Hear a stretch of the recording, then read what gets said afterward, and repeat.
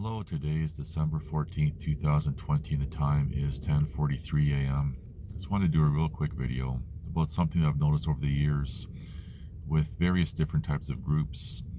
And this observation actually began with men's rights groups over the years that I dealt with the 7+ year nightmare, which I talk extensively about in other videos.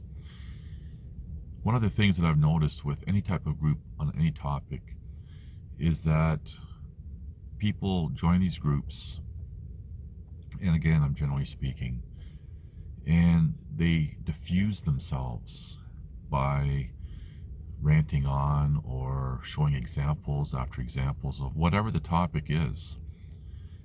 And rather than bottle up that energy and actually doing something, they just diffuse themselves by ranting on, and that becomes a distraction in itself. And I do talk about groups and people in other videos. It's not just groups, it's, for example, popular channels, how they just simply talk in circles, and people get caught up in the loop and of negativity and so forth. And again, I talk about this in other videos, but with groups, it really is just a place where if you step back and watch, all people do is either just talk in circles or they bash other people who are opposed to the topic of that group or videos.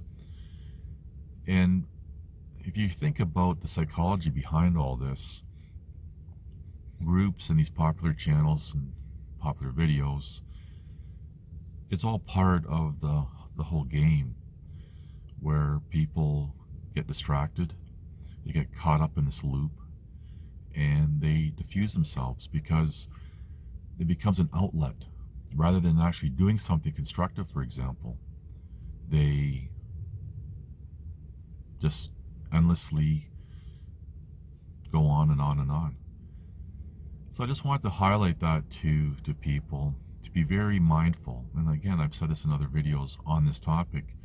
Be very mindful of these groups and these channels, these big channels who just keep looping the same thing over and over.